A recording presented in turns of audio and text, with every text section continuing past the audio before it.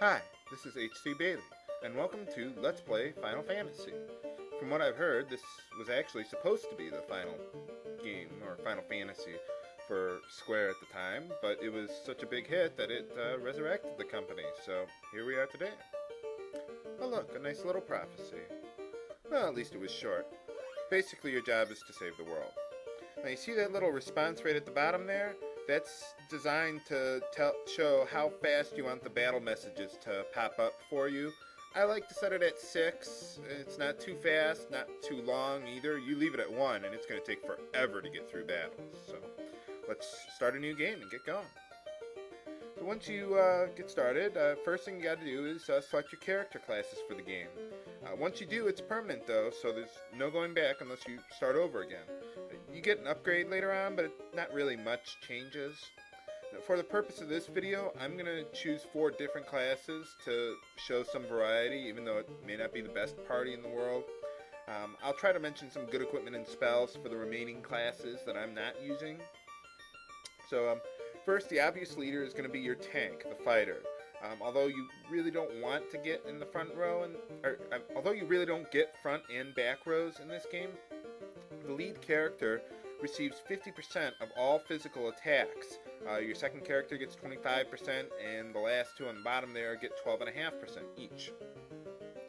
Since the fighter always gets the best armor in the game, you always want him in the front row. He also has the best HP in the game, so let's start out with him. I'm going to name these guys after Final Fantasy characters from later Final Fantasies, that is. Well, Cyan's not really a knight, he's more of a samurai, but close enough. So anyway, for the remaining classes, here's how I look at it.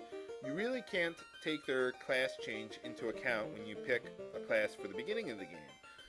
Why is that?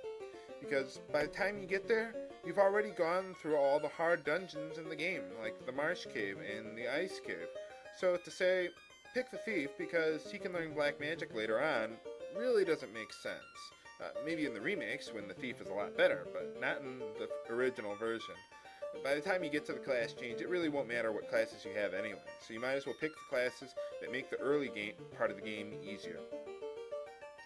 Now back to the classes, this version of the game really underpowers magic, especially for the white mage and the black mage there. Because the red mage can use magic just as effectively as them. The intelligence stat is bugged in this version. It doesn't do anything. So, you know, as long as they can use the same spells, it does the same thing.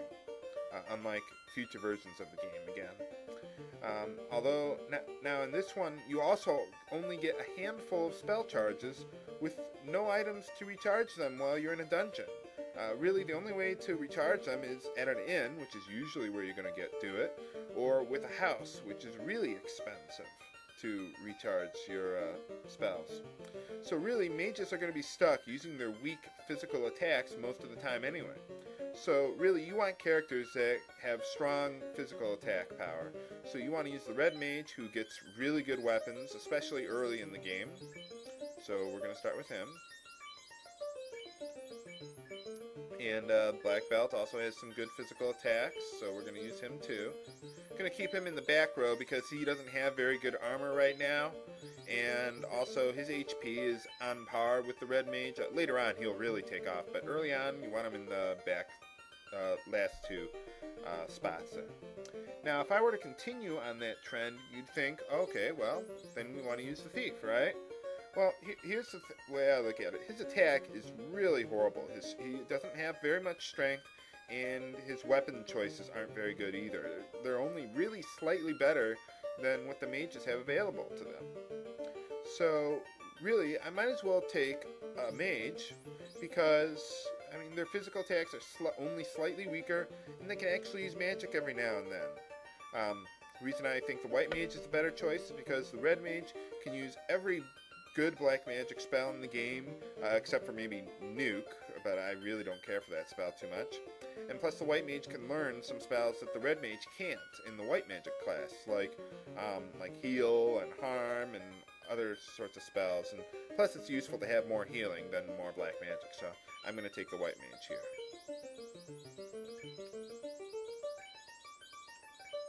We got our classes set? Let's go. Let's find out what our mission is, to save the world.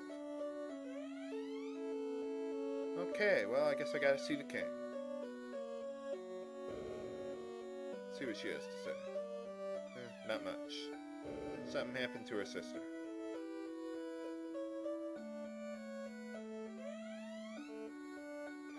Yeah, all the guards say the same thing, so I'm not gonna talk to all of them.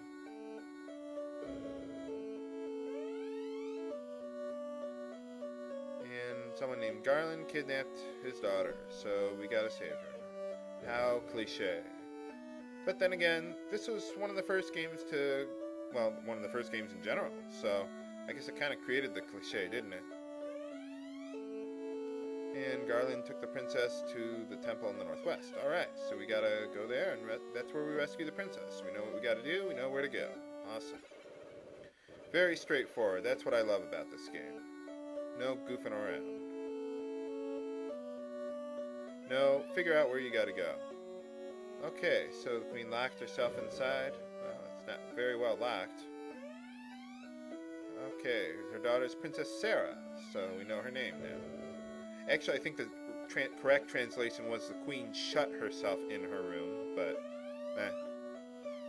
And the people want me to save the princess. Great. And Garland used to be a knight.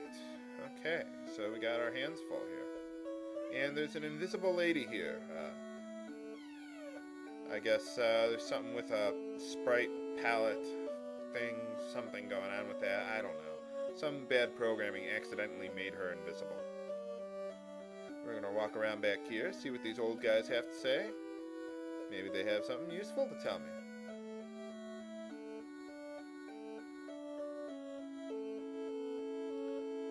Okay. So, they have a key for their treasury. I'm guessing those are the rooms down there. And the Prince of Elfland has it. Alright. And as you can see, we can't go in there. So we'll have to get the key later on to get in there. We'll have to remember to come back there. The other old guy says the same thing, and that other door is also locked. Okay, so let's go to the town, see if they have anything else useful to say. That's Canaria. So whenever I say go back to Canaria, this is where you go. Okay, so she's a dancer. Great. And there's a port to the east, so I guess if I need a ship, which I'm guessing I will someday, that's where you gotta go.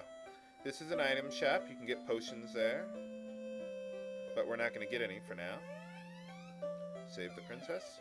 This is, I think, a house of healing or something. If one of you guys gets killed, that's where you go. You gotta pay him to get your characters revived. You don't have items like Phoenix Downs to revive them, so it's a little tough. You really don't want your characters to die.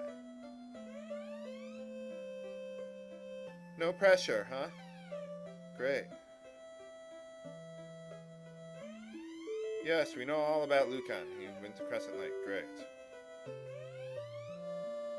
And the people are all counting on me.